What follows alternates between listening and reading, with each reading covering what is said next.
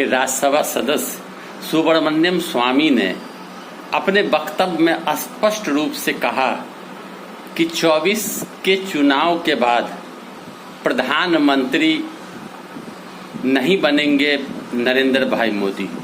चूंकि कोरोना काल से लेके अब तक जो देश की आर्थिक हालत है बद से बदतर हो गई, आर्थिक रूप से मोदी सरकार पिछड़ चुकी है, सुधार नहीं हो सका।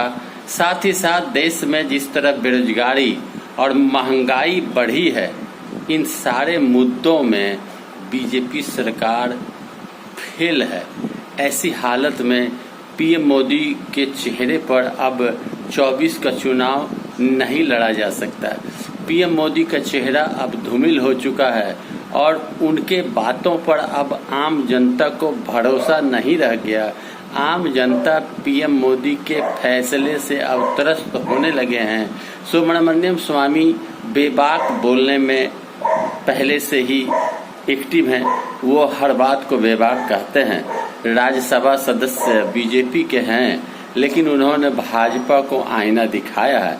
कई बार मंत्री नितिन गडकरी ने भी इस तरह की बातें कही है। भाजपा में सुधार की आवश्यकता है। आर्थिक रूप से भारत पूर्ण रूपेण कमजोर हो चुका है।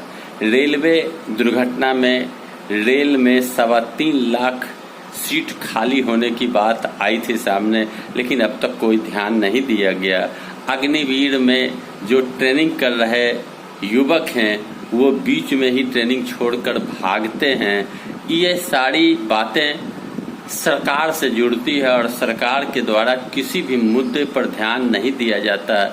यहाँ तक कि कैप्टन आदि बड़े पद पर सेना में जगह खाली है जिसे भर्ती नहीं की जा रही है। इस तरह की बातें होती आ रही है। लगातार 8 साल 9 साल के शासनकाल में भाजपा पिछड़ रही है, हर मुद्दे पर पिछड़ रही है।